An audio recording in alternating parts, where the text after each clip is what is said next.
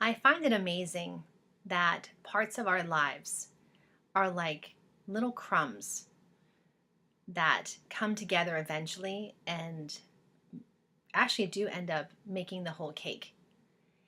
And it's when we pay attention to those little crumbs that our aha moments become even more significant. So I'm sitting here on the Norwegian Escape. I came here for a completely different reason, which is work related. And in the end, I'm sitting here thinking about Yoga Nidra and where my love affair with Yoga Nidra began. And really, a crumb that has become the whole cake. So, when I was cruise director, one of the reasons why I wanted to leave the industry, because it was an industry that I grew up in and I loved passionately, but I was so curious about humanity that I decided to leave the industry, not to see if the grass was greener on the other side, but if I could better understand humanity and habit patterns as a whole. Now, this may sound a little bit odd to you as you're listening to it or watching it, but here's where this begins.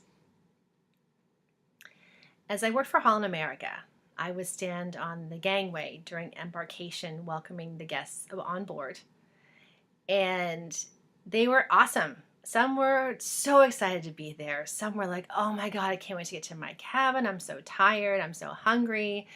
But for the most part, hey, they're on vacation. You're on vacation, right? Your vacation should begin the minute you clock out of work at 5 o'clock the day before. Or if you are retired, your vacation started the day you retired. However, human behavior does not allow us to have a grip on our vacation reality. So what I began to observe, and I noticed it more and more as I became even more curious about it, as on an average 7-day cruise, it would take our guests about 3 days to actually relax.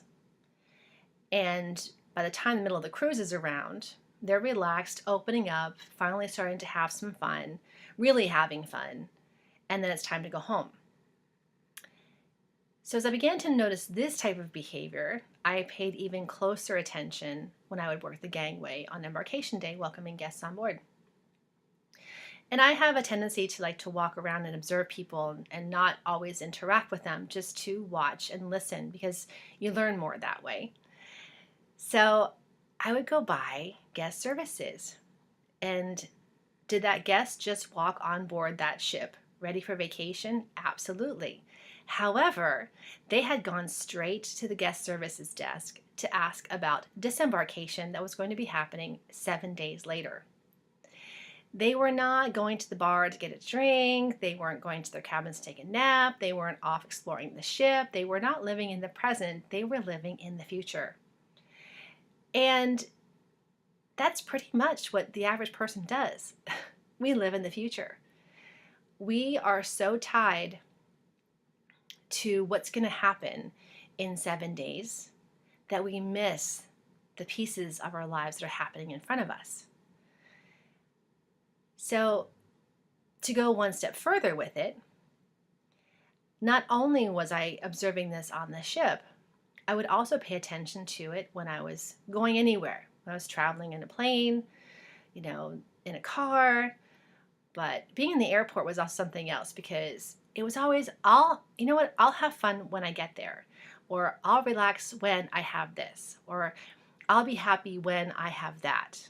Or I'll be happy when I see this person. Or I'll be happy when I divorce this person. Or I'll be happy when. Really, happiness is meant to be now, not in an hour, not in a year, not only when you're on vacation. So why this crumb? And why this crumb is tied to Yoga Nidra? Because Yoga Nidra has helped me manage the mind that thinks I should be living in the future and allows me to live in the present. And that's what Yoga Nidra has done for me. Now, I will tell you, there are 4 schools of Yoga Nidra, and no 2 are the same. And I chose to study the Amrit method of Yoga Nidra. And I did so because Yoga Nidra, when I first found it, my mom had given me a CD of someone many years ago, and it was great for relaxation. In my afternoons, my 2 hours in the afternoon as cruise director, I would listen to the CD, and I would find I was relaxed with it. But I would still go out of my cabin to go back to work, and I could still feel myself get tense again. So I was physically relaxed, but mentally I was not. Mentally I was still in a state of what if, and as a cruise director, you're always working to at least 1 to 2 days in advance and having to pull yourself back into the present. It's a constant balance of 2 days ahead, 1 step back, 2 days ahead, 1 step back. So it's a very interesting balance. Sometimes you think you're kind of crazy, but it's actually really good for multitasking. So that form of Yoga Nidra was helpful for my body, but it wasn't helping me to manage my mind and manage my thoughts. And then I came across the Aya method of Yoga Nidra.